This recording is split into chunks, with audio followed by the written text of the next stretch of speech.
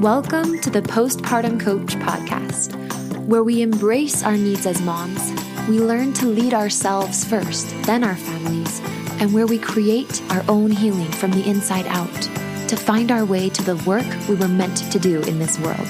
I'm your host, a fellow mom of 3 and a certified life coach, Lizzie Langston.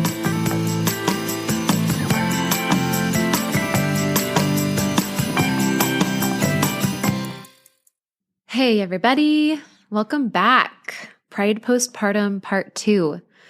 Today we're going to learn just my own thoughts, just some ways that I've come up with of how to kind of get out of being prideful.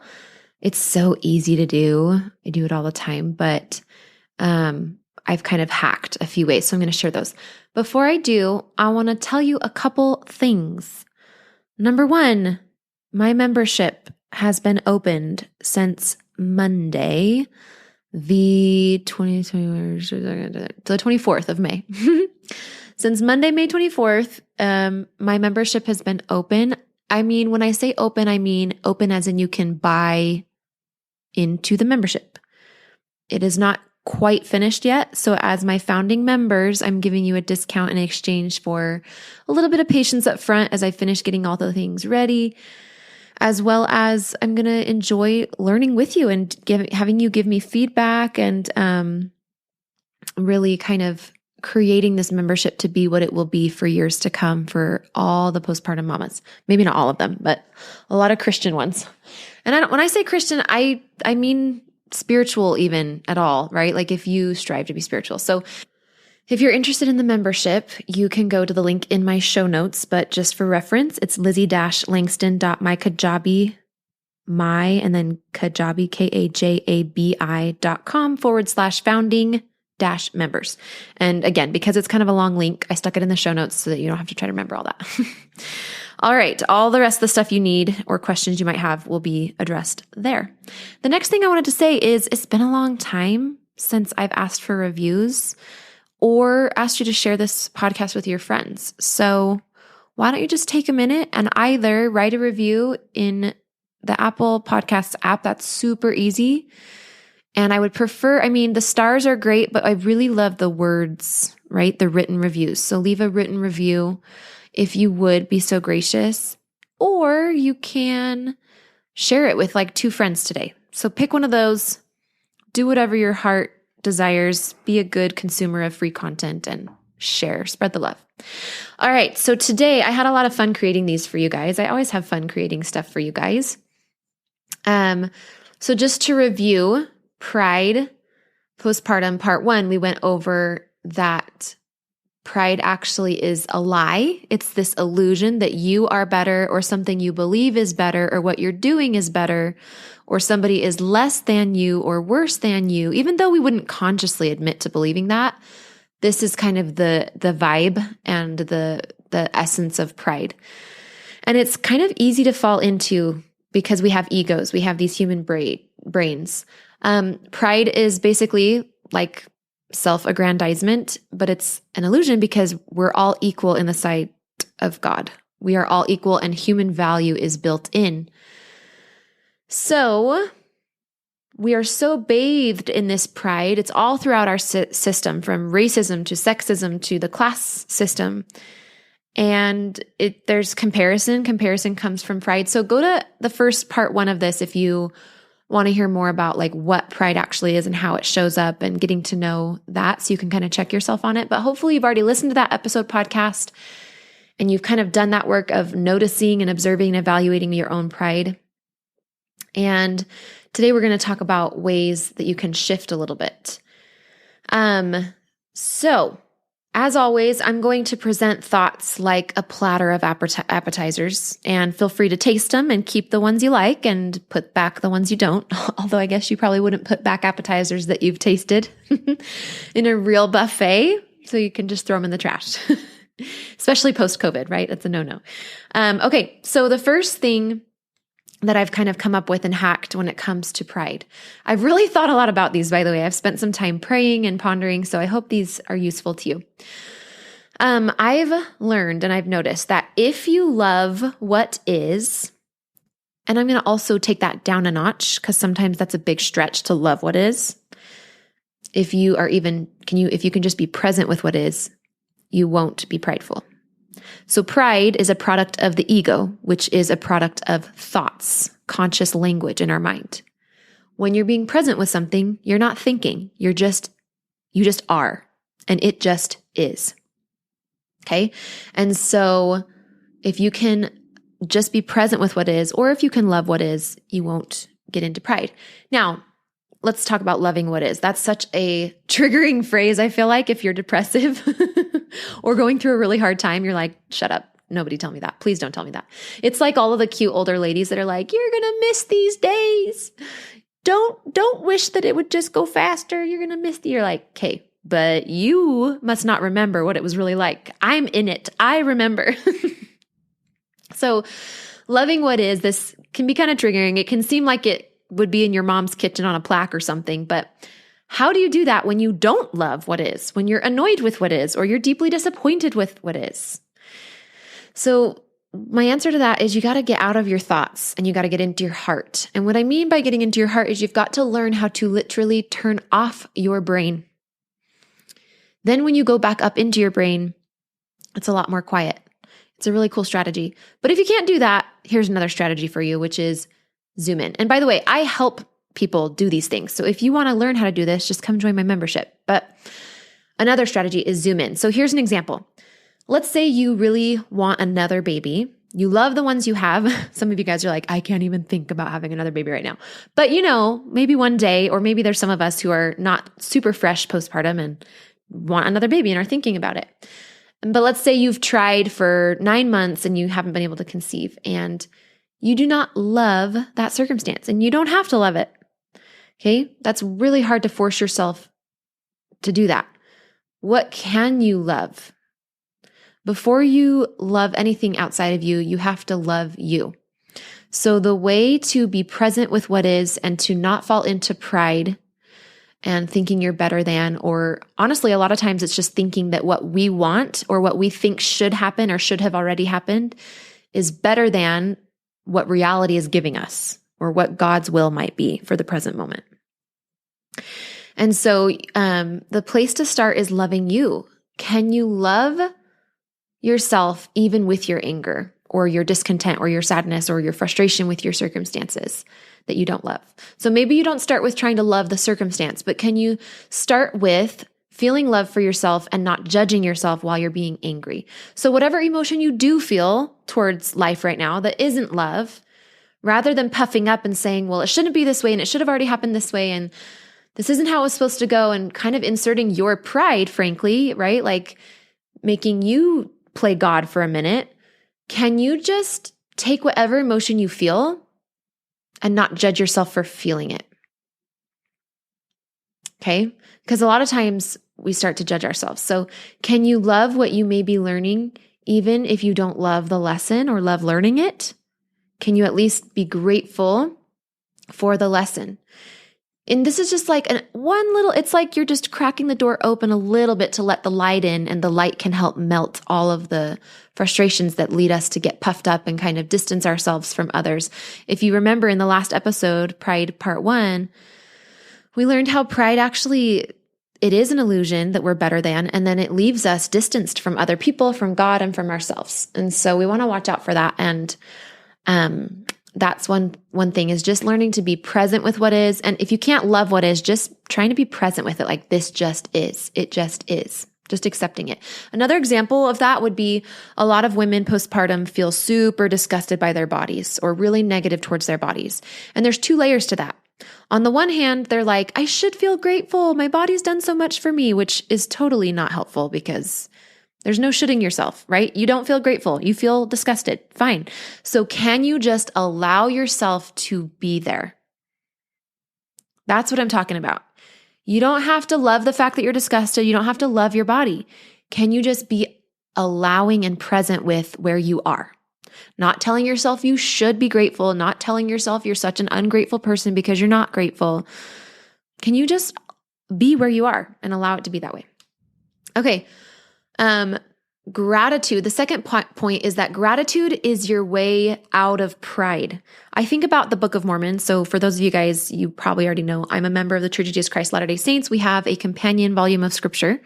Well, frankly, I believe the world has it, but there's this Book of Mormon, which is a companion to the Bible, doesn't replace the Bible, all the things. Anyway, and there's the Lamanites and the Nephites, and they were these ancient civil. Okay, I can't even talk right now. There's these ancient peoples who went through what's called the pride cycle. That's what we call it today as we read the Book of Mormon. But you can see this in the Bible too. There's a people, they are struggling, so they call upon the name of God, they get close to God, they do what he asks, and he delivers them. And they're good for a while. They're humble, they're happy to be delivered, they're good with God. And then they start to get a little too comfortable, a little not grateful, a little bit prideful with all of their riches and their prosperity, and they forget God. And I've always considered, how can you both be delivered by God, but not go all the way to the extent of forgetting him? And it's this gratitude, right? When we forget God, then we are subject to pride. But when we remember God and all that he's given us, we feel gratitude. So we all get a little prideful from time to time here and there. This pendulum swings. You're experiencing pride when you don't want to be grateful for what you have. And so can you find one tiny incremental thing that you are grateful for? And I know gratitude is such a very highly saturated topic to be talked about on the interwebs, so you got to be careful with it. But can you see a piece of gratitude? Can you look at this from God's angle? If you trusted that God would never do something just to be mean from you or withhold a blessing just to be mean from you, but that there is wisdom in whatever it is that you're experiencing, can you at least see a purpose? If you can't feel grateful, can you at least see a purpose from somebody's perspective? Maybe it's not your perspective yet. As a curious observer, can you see a purpose with what you have right now? And if there is a purpose with what is if there's a purpose with what is, could you be grateful for it? Like, is it a possibility maybe? And then the third thing to kind of protect from pride is give your will to the Savior. And I'm going to also tag this one, you can want what you have while you also want what you want. So that's what I mean by giving your will to the Savior. Okay, let's just say that this one's called wanting what you have just as much as you want what you want that you don't have. Okay. So it's okay to want things, but when we start wanting our way more than what we have, right? If we want something else that's in our imagination that we're dreaming about or wanting, if we want that more than what we have currently, we build up this friction. We stop flowing. We stop believing God knows best, and we start inserting our will, and we start hustling and kind of pushing against what God has planned for us. I have done this. So I remember I started my business and I got really caught up in the desire for money. There were a lot of entrepreneurs on the interwebs that were like, oh, look how much I've made and I can help you and just do these 3 things. And I was just chasing money for a minute. Well, for 18 months, probably on and off. I mean, I was still mothering and spiritual and all the things, but there was just a little bit of hustle there. And, I believe that we can work with God to co-create and to manifest, but what's really integral in that process, and that I'm giving the example of money, but this could be a child that you want to have, or a place you want to live, or a house you want to live in, right? That's bigger or better or whatever, different than what you have now. The vital piece when we're manifesting or when we're working with God in faith to create things is also letting go of the how and the when. The how and the when of what you want is none of your business. Those are left up to God. It's kind of like when you drop off a letter at the post office. You don't know how exactly what route the trucks are going to take, and if it's going to be in a basket or in an envelope or whatever. You don't know what they're going to do with your letter. You just know they're going to deliver it. And you don't really actually know when. I mean, they say it should be there by this date, but it could not be. Could get there before then. You don't know the day and the time that it'll get there. So I want you to think about when you're wanting something, you want to definitely let go of the how and the when, because God is like the post office. Heaven is the post office, and you say your prayers and you put in your dreams and you work towards them. But if they're not happening when you thought they should, that doesn't mean they're not happening. Let me say that again. If they're not happening when you thought they should or when you think they should, that doesn't mean they're not happening. I want you to imagine a flower, right? Like horticultural time is the time frame that nature runs on. It doesn't run on a 12-hour clock or a 24-hour military time clock. It's horticultural time. There is a spiritual time for everything. So while you might have a really good look at your 2021 year and say, okay, I want the baby to be conceived this date and I want them to be born this date, like that's so great. And yeah, a lot of women get away with doing that, but sometimes we don't. And can you let go of the how and the when? Because that's God's business. I know, as hard as that is, play with it because it will save you a lot of grief. So what happens when we are holding tightly to the how and the when is we start to insert our will, which is a form of pride, right? And this creates sometimes physical health problems, sometimes spiritual testimony problems, energetic blockages. So give it to the Savior, give it to God, let go of the how and the when, give up your will. Try on the idea, and this is an exercise you can do. So you have some things and then you don't have some things, right? And usually we just associate desire with those things that we don't yet have. I want you, though, to make a list of things that you want that you already have. Have you ever thought about that? Did you only want them till you had them and then you didn't want them anymore? Or did you want them, now you have them, and you still want them and you love them? Like a house is a good example. I wanted a house for a while. I would see friends getting houses and I'd feel like sad for myself a little bit, but then I would just be like, okay, the how and the when, whatever, on a good day, right? And then one day we got to buy a house and then we moved and bought another one. And it's like you want it and then you have it. Do you still want it? And so I would just go through your life and make a list of the things that you've really wanted that you now have and just connect with the satiation of those desires. And then you can also list the things that you want that you don't yet have, but then you stop getting so graspy for the things that you want but don't have when you realize that it's just a matter of time. The universe has delivered all this list of all these things you wanted that you now have. The universe has given to you. And it helps you just get a perspective of abundance. We get out of that scarcity of like wanting and not receiving. We can get really looped in that. And it can create, like I said, health problems, spiritual stumbling blocks, energetic blockages. So I truly believe, this is the fourth one, is I truly believe that when we learn to want what is, when we learn to want what is and to have a respect for the universe knowing best and getting out of the business of the how and the when and the what, we will be the most connected to ourselves, to God, and to others, and we will be the least prideful. So this will help us be more patient, more present, more humble, postpartum and beyond. One way I really help with this in my work is presence. I am really good at helping women who are kind of stuck in their heads a lot get into their body, into their heart space, and to be calm, to be using thought, but not consumed by thought. And we do that by literally transferring our energy from kind of stuck in our head down into our body and into our heart specifically. It sounds all mythological or like illusional. I don't know if I'm making up words here. But it's actually something that we can do between meditation and my philosophy that I teach you. And that is the purpose of the postpartum anxiety course that precedes my membership. So even if you're like, oh, I don't think I have a lot of anxiety, I promise you, you do to some extent. It might not be the main pain point, but in the process of that course, I'm going to be delivering my main philosophies that help women heal, whether they're depressive, whether they're anxious, whether they're just trying to find themselves in their baby childbearing years, baby bearing years, baby wearing years. So go to the link in the show notes and I'll give it to you one more time just in case you want to hear it. You can go to https:// or just type in Lizzie-Langston.mykajabi, that's KAJABI.com/founding-members. Okay. And that link is in my show notes. That's where right now for a limited time, you can, that sounds so pitchy, like for a limited time, that's weird. But you can join my membership as one of its founding members for a rate that is lower than anybody else will pay from here on out.